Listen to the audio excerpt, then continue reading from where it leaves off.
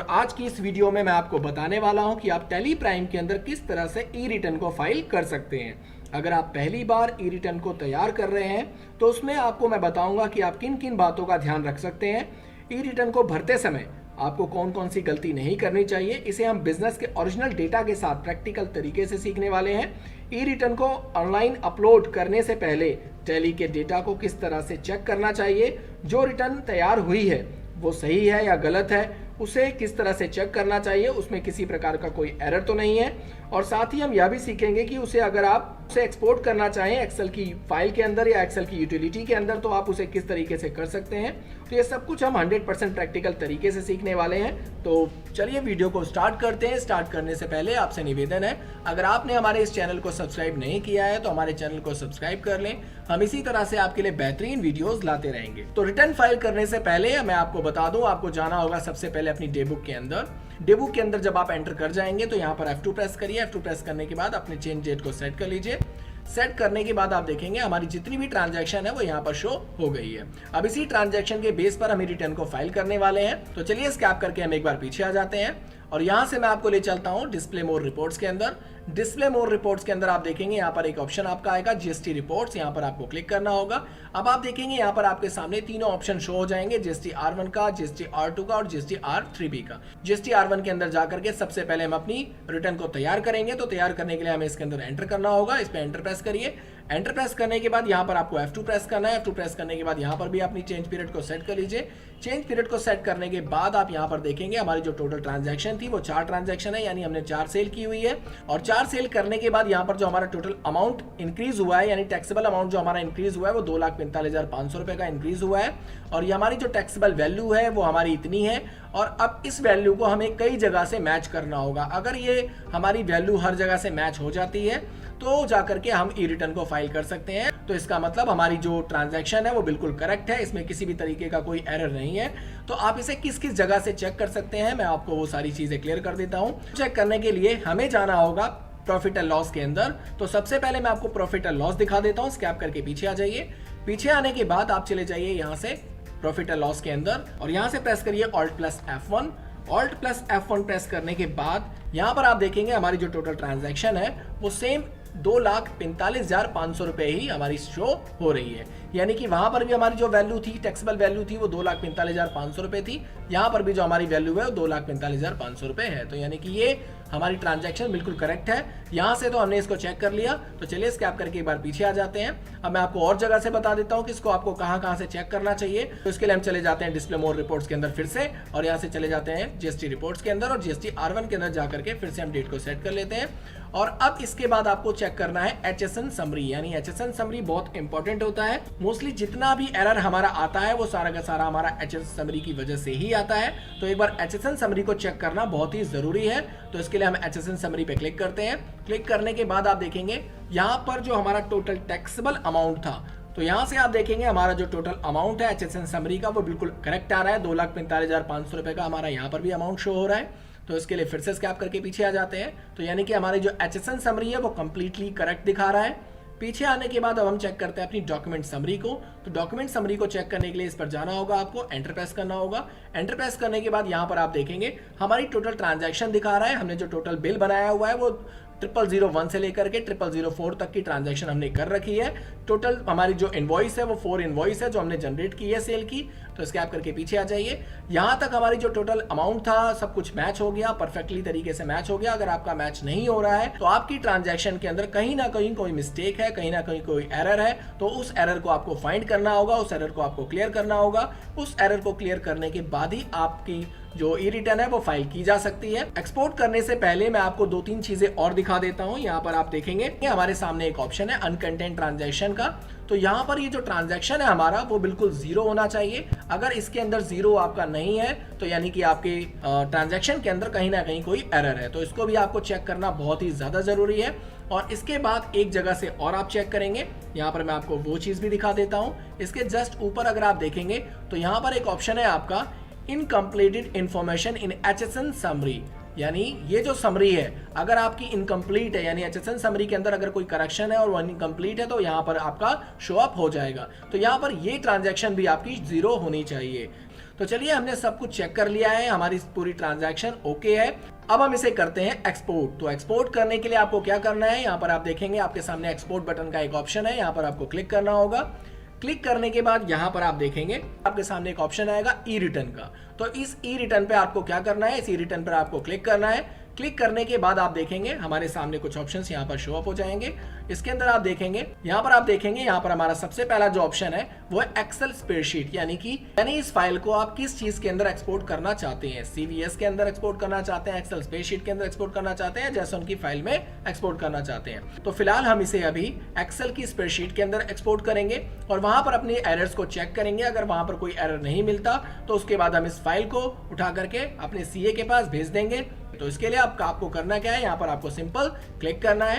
Click करने के बाद यहाँ पर आपको जो फाइल पाथ दे रहा है, यानी कि आपका जो डेटा सेव होगा वो आपका इस लोकेशन के अंदर सेव होगा। आप देख सकते हैं सी ड्राइव के अंदर प्रोग्राम फाइल का एक फोल्डर होगा, उसके अंदर टेली प्राइम नाम का एक फोल्डर है, उसके अंदर जाना है आपको, उसके अंदर आपका पूरा का पूरा डेटा सेव होगा। इसके बाद आपको एंटर प्रेस करना है। एंटर प्रेस करने के बाद यहाँ पर आप देखेंगे आपका एक और ऑप्शन है, यानी कि आपकी जो फाइल का नाम होगा वो GST R1 के नाम से यहाँ पर फाइल आपकी सेव होगी इस फोल्डर के अंदर। तो आपको यही रखना है, यहाँ पर कोई भी छेड़खानी नहीं करनी। आपको यहाँ पर आप एक बात का और ध्यान रखना होगा, यहाँ पर आप देखेंगे आपके सामने एक ऑप्शन है एक्सपोर्ट डॉक्यूमेंट समरी का, यानी एक्सपोर्ट डॉक्यूमेंट समरी आपका यहाँ पर यस होना चाहिए, इसे नो नहीं रखेंगे आप। इसके बाद आपको एंटर प्रेस करना है। एंटर प्रेस करने के बाद यहाँ पर आपके सामने एक ऑप्शन शो अप हो रहा है, आप ध्यान से देखेंगे यहाँ पर लिखा हुआ है ऑल वाउचर, यानी कि जितनी भी ट्रांजैक्शन हमने की है उन सभी वाउचर्स की ट्रांजैक्शन यहाँ पर एक्सपोर्ट हो जाए।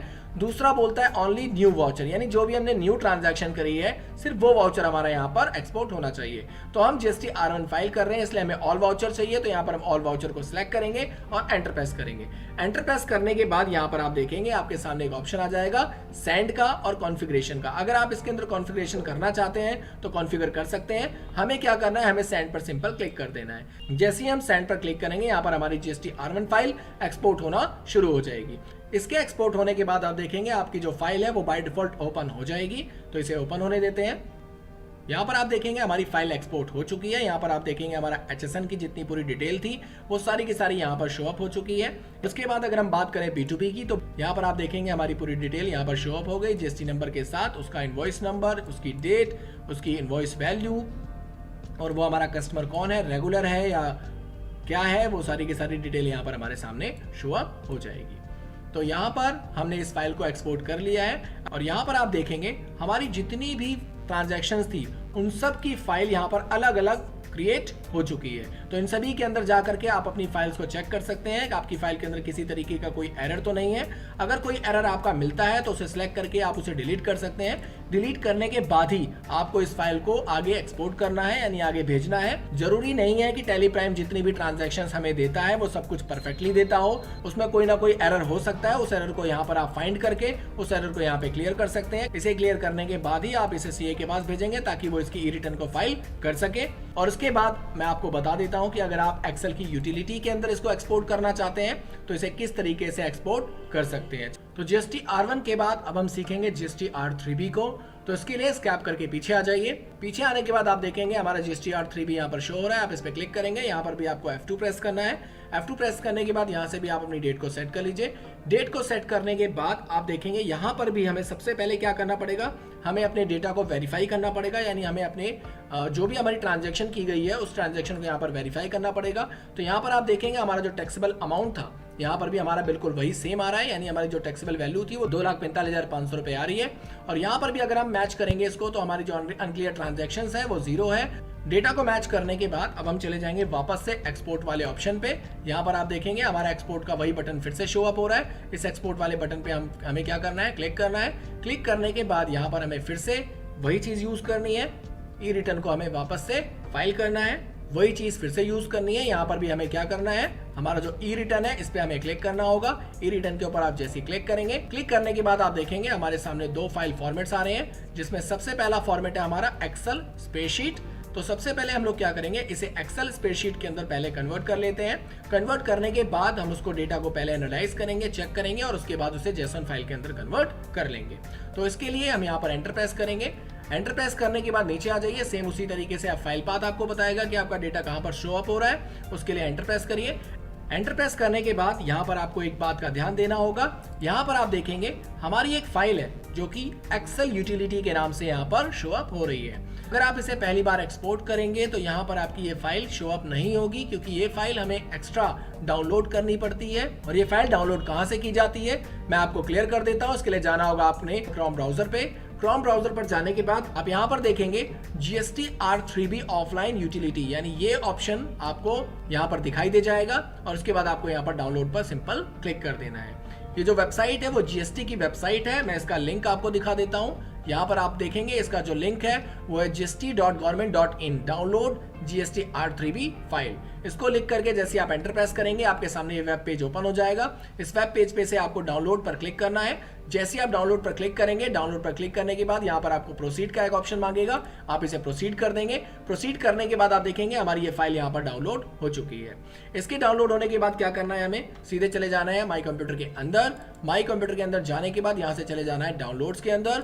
डाउनलोड्स के अंदर जाने के बाद आप देखेंगे हमारी GST R3B यूटिलिटी यहाँ पर डाउनलोड हो चुकी है। इसके ऊपर आपको राइट क्लिक करना है। राइट क्लिक करने के बाद यहाँ पर आपके सामने एक ऑप्शन आएगा एक्सट्रैक्ट हेयर का, इस पे आप क्लिक करेंगे। क्लिक करने के बाद यहाँ से आपको यस करना होगा। यस करने के बाद आप देखेंगे आपकी ये फाइल यहाँ पर ऑटोमेटिकली डाउनलोड हो चुकी है।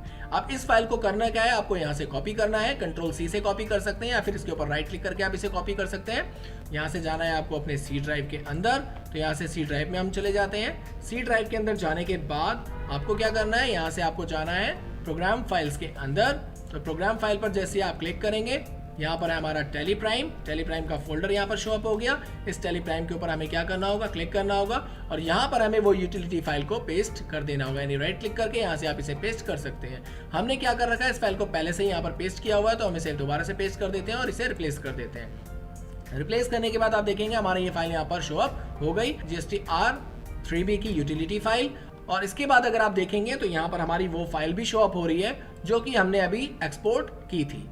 तो ये दोनों की दोनों फाइल हमारी यहीं पर ही मिलेंगी हमें। और अब चले जाते हैं टेलीप्राइम के अंदर। टेलीप्राइम में जाने के बाद आपको यहाँ पर एंटर प्रेस करना होगा। एंटर प्रेस करने के बाद वही नोटिफिकेशन फिर से आपके पास आएगी और यहाँ से आपको उसको करना होगा सेंड पर क्लिक। सेंड पर क्लिक करने के बाद ये थोड़ा सा समय लेगा, इसे एक्सपोर्ट होने देते हैं। इसके एक्सपोर्ट होने के बाद MS Excel by default automatically open हो जाएगा और आपकी GST R3B की फाइल यहाँ पर कॉन्फ़िगर हो जाएगी। तो चलिए इसको ओपन होने देते हैं। यहाँ पर आप देखेंगे ये अपलोड होना स्टार्ट हो चुकी है। यहाँ पर आप देखेंगे हमारी एक्सेल फाइल एक्सपोर्ट हो चुकी है। इसे ओपन होने देते हैं। ओपन होने के बाद आप यहाँ पर ऊपर चले जाइए। ऊपर जाने के बाद यहाँ पर आप देखेंगे आपका टोटल टैक्स यहाँ पर जो दिखाई दे रहा है वो सारा का सारा यहाँ पर शो हो गया। हमारा जो टोटल टैक्सेबल अमाउंट था वो यहाँ पर 2,45,500 रुपए शो अप हो गया। ये एक्सेल की यूटिलिटी फाइल होती है जिसके अंदर हमारी ये डेटा पूरा का पूरा एक्सपोर्ट हो जाता है। एक्सपोर्ट होने के बाद हमारी सारी ट्रांजैक्शन, सारा डेटा यहाँ पर शो अप होना शुरू हो जाता है। अब आप देखेंगे यहाँ पर एक ऑप्शन और है हमारा वैलिडेशन फेल्ड, यानी कि हमारा जो ये डेटा है वो वैलिडेशन फेल्ड दिखा रहा है। तो उसको किस तरीके से हम वेरीफाई करेंगे, तो वेरीफाई करने के लिए आप यहाँ पर देखेंगे एक वैलिडेट का एक बटन आपके सामने शो अप हो रहा है। मैं आपको दिखा दूं, इस वैलिडेशन बटन पर आपको क्या करना होगा, क्लिक करना होगा। इसके ऊपर जैसे ही आप क्लिक करेंगे, क्लिक करने के बाद हमारा जो वैलिडेशन है यहाँ पर सक्सेसफुल हो जाएगा और यहाँ पर आपको सिंपल ओके पर क्लिक कर देना है। ओके पर क्लिक करने के बाद यहाँ पर आप देखेंगे एक ऑप्शन और आपके सामने शो अप हो रहा है जनरेट फाइल का। तो यहाँ पर हमें जनरेट फाइल पर भी क्लिक करना होगा। इसकी फाइल को जनरेट करेंगे हम लोग। जनरेट पर क्लिक करने के बाद आप देखेंगे यहाँ पर हमारी JSON file has been generated. हमारी जेसन फाइल जनरेट हो चुकी है और ये किस जगह पर सेव हुई है हमारी, वो मैं उसकी लोकेशन यहाँ पर देखेंगे आप शो अप हो रही है। तो C ड्राइव के अंदर यूजर्स नाम का फोल्डर है जिसके अंदर नायरा नाम का फोल्डर है। डेस्कटॉप यानी कि जो फाइल है हमारी डेस्कटॉप के ऊपर शो हो रही है। तो इसको हम स्कैप करके पीछे आ जाते हैं, इसे ओके करते हैं। ओके करने के बाद इसे एक बार मिनिमाइज कर लेते हैं। मिनिमाइज करने के बाद आप देखेंगे हमारा GST R के नाम से यहाँ पर एक फोल्डर शो अप हो गया। इस फोल्डर को हमें क्या करना है, ओपन करना है। तो इसको ओपन कर लेते हैं। ओपन करने के बाद आप देखेंगे यहाँ पर GST R3B का जेसन फाइल यहाँ पर हमारे सामने शो हो गई है। तो इसको भी हम क्या कर लेते हैं, यहाँ से ओपन कर लेते हैं। ओपन करने के बाद आप देखेंगे यहाँ पर जुलाई मंथ की हमारी जो जेसन फाइल थी वो यहाँ पर शो अप हो रही है। तो इसको भी हम ओपन कर लेते हैं। तो ओपन करने के बाद यहाँ पर आप देखेंगे हमारी GST R3B की जो जेसन फाइल थी वो कम्प्लीटली यहाँ पर क्रिएट हो चुकी है। अब ये हमारे जो डेटा था वो कम्प्लीटली तैयार हो चुका है। इस फाइल को आप एक्सपोर्ट कर सकते हैं, यानी इसे सबमिट कर सकते हैं GST R3B के लिए। तो ये पूरा प्रोसेस होता है हमारा GST R3B का। तो इस वीडियो में हमने जो सीखा वो सीखा आप किस तरीके से GST रिटर्न को कम्प्लीटली तैयार कर सकते हैं। और अगली वीडियो में हम जानेंगे कि हम किस तरीके से इस रिटर्न को फाइल कर सकते हैं। तो अगर आपको हमारा ये वीडियो पसंद आया हो तो चैनल को लाइक कीजिएगा, सब्सक्राइब कीजिएगा और अपने सभी दोस्तों में शेयर कीजिएगा। धन्यवाद।